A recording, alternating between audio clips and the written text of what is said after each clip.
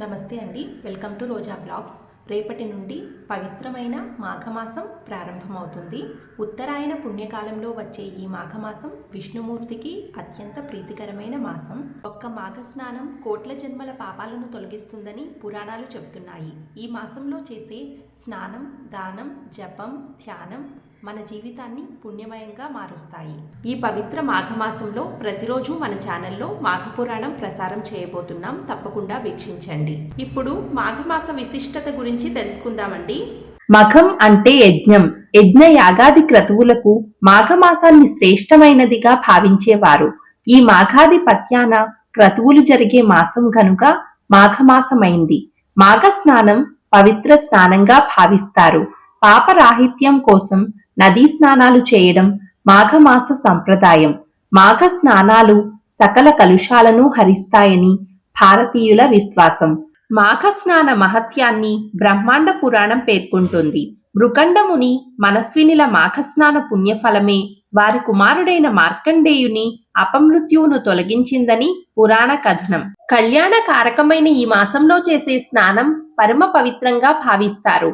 పాపరాహిత్యం కోసం నదీ స్నానాలు చేయడం మాఘమాస సంప్రదాయం. మాఘమాసంతో సూర్యుడు ఉన్న రాశిని బట్టి ప్రత్యూష కాలంలో సూర్యకిరణాలు ఒక ప్రత్యేక కోణంలో భూమిని చేరతాయి.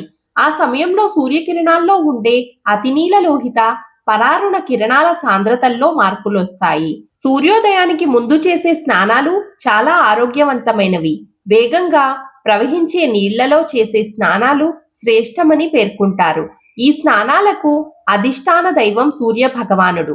స్నానానంతరం సూర్యునికి అర్ఘ్యం సమర్పించడం ఒక ఆచారం. మాఘమాసంలో సూర్యోదయానికి పూర్వం గృహ స్నానంతోనైనా 6 సంవత్సరాల అఘమర్షణ స్నాన ఫలం లభిస్తుందంటారు. బావినీటి స్నానం 12 ఏళ్ల పుణ్యఫలాన్ని, తటాక స్నానం ద్విగుణం, నదీ స్నానం చాతుర్గుణం, మహానదీ స్నానం శతగుణం, గంగా స్నానం సహస్రగుణం, త్రివేణీ సంగమ స్నానం నదీ శతగుణం ఫలాన్ని ఇస్తాయని పురాణ వచనం. మాఘ స్నానంలో దివ్య తీర్థాలను స్మరించి పాప వినాశనం కోరుతూ స్నానం చేయడం సంప్రదాయం. స్నాన సమయంలో ప్రయాగను స్మరిస్తే ఉత్తమ ఫలం లభిస్తుందని విశ్వాసం. మాఘ పూర్ణిమను మహామాఘం అంటారు. ఇది ఉత్కృష్టమైన పూర్ణిమ. స్నాన దాన జపాలకు అనుకూలం. మాఘమాస మహిమ. అఘము అనే పదానికి సంస్కృతంలో పాపము అని అర్థము. మాఘము అంటే పాపాలను నశింపచేసేది అనే అర్థాన్ని పండితులు చెబుతున్నారు. అందుకే మనకున్న మాసాలతో మాఘమాసం విశిష్టతను సంతరించుకుంది. ఇది మాధవ ప్రీతికరం. స్థూలార్థంలో మాధవుడంటే భగవంతుడు. శివుడైనా విష్ణువైనా ఎవరైనా కావచ్చు. ఈ మాసంలో గణపతి, సూర్య తదితర దేవతల పూజలు, వ్రతాలు కూడా జరుగుతుంటాయి. మాఘ విశిష్టతను గురించి ఈ మాసంలో ముఖ్యంగా సూర్యుడు మకర రాశిలోకి ప్రవేశించినప్పటి నుండి ఉదయ కాలపు స్నానాలు చేయడం ఓ వ్రతంగా ఉంది. మాఘంలో ఎవరికి వారు వీలున్నంతలో నది, చెరువు, మడుగు, కొలను, బావిలో స్నానం చేస్తే ప్రయాగలో స్నానం చేసినంత పుణ్యఫలం లభిస్తుంది. చలికి భయపడక ఉదయాన్నే నదీ స్నానం చేయడం సర్వోత్తమం. ఈ మాసంలో ఉదయాన్నే దీపారాధన, నువ్వులతో హోమం, నువ్వుల దానం, నువ్వుల భక్షణం లాంటివి ముఖ్యమైనవి. మాఘమాసంలో శుద్ధ విద్య నాడు బెల్లం, ఉప్పు దానం చేయడం మంచిది. శుద్ధ విద్య, శుద్ధ చవితి, శుద్ధ పంచమి, శుద్ధ షష్ఠి, శుద్ధ సప్తమి, అష్టమి, నవమి, ఏకాదశి, ద్వాదశి, త్రయోదశి, మాఘ పూర్ణిమ, కృష్ణ పాఠ్యమి, కృష్ణ సప్తమి, కృష్ణ ఏకాదశి, కృష్ణ ద్వాదశి, కృష్ణ చతుర్దశి, కృష్ణ అమావాస్య ఇలా మాఘమాసంలో ఎన్నెన్నో వ్రతాలు, పర్వదినాలు వివిధ దేవతలను ఉద్దేశించి జరుపుకోవడం కనిపిస్తుంది. అందుకే మాసానికి తొలినాళ్ల నుండి అంత విశిష్టత ఉంది. ఈ మాసంలో వచ్చే ముఖ్యమైన తిథి శుక్లపక్ష చవితి. దీనిని తిల చతుర్థి అంటారు. దీన్నే కుంద చతుర్థి అని కూడా అంటారు. నువ్వులను తింటారు. నువ్వులతో లడ్డూ చేసి పంచి పెడతారు. ఈ రోజున డుండి రాజును ఉద్దేశించి నక్తవ్రతము పూజ చేస్తారు. డుండిని ఈ విధంగా పూజించడం వలన దేవదేవతల చేత సైతం పూజలందుకుంటారని కాశీఖండంలో తెలియజేశారు. కుంద చతుర్థి నాడు కుంద పుష్పాలతో పరమేశ్వరునికి అర్పించి రాత్రి జాగరణ చేసిన వారు సకలైశ్వర్యాలను పొందుతారని కాలదర్శనంలో చెప్పబడింది.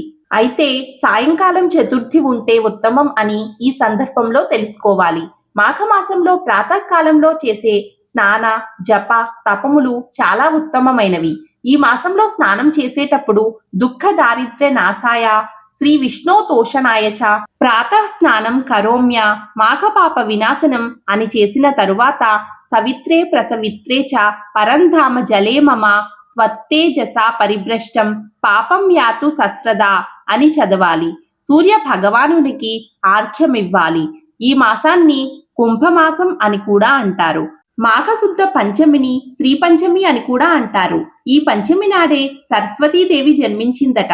ఈనాడు రతి మన్మథులను మల్లెపూలతో పూజిస్తారు. ఉత్తర భారతదేశంలో విష్ణుమూర్తిని సరస్వతీదేవిని కూడా పూజిస్తారు.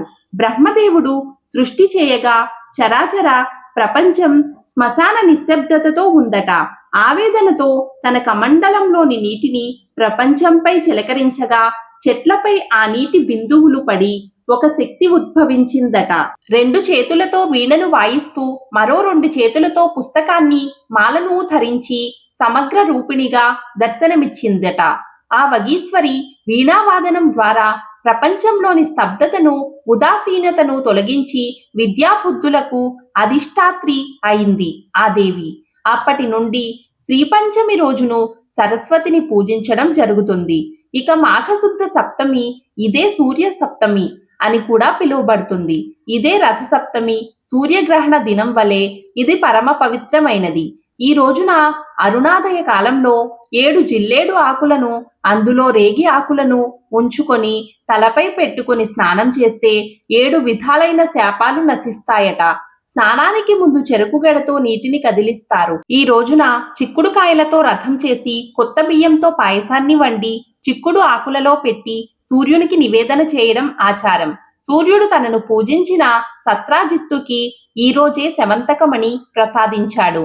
హనుమంతునికి వ్యాకరణ శాస్త్రాన్ని, యజవాల్క్యునికి యజుర్వేదాన్ని బోధించాడు. శోభకృత నామ సంవత్సరంలో మాఘమాసంలో శుక్లపక్షంలో రోహిణీ నక్షత్రం ఉన్న అష్టమి తిథి నాడు మధ్యాహ్నం సూర్యుడు నడినెత్తిన ప్రకాశిస్తూ ఉండగా అభిజిత్ లగ్నంలో భీష్మ పితామహుడు ధ్యానస్థితుడై ప్రాణాలను విడిచిపెట్టాడట.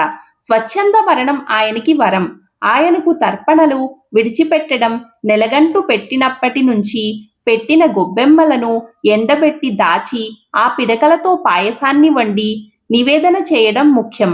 అష్టమి నాడే దైవ సాయుధ్యం పొందిన శ్రీకృష్ణుని సమక్షంలోనే విష్ణు సహస్రనామాలతో ఆయనను కీర్తిస్తూ మోక్షం పొందాడు.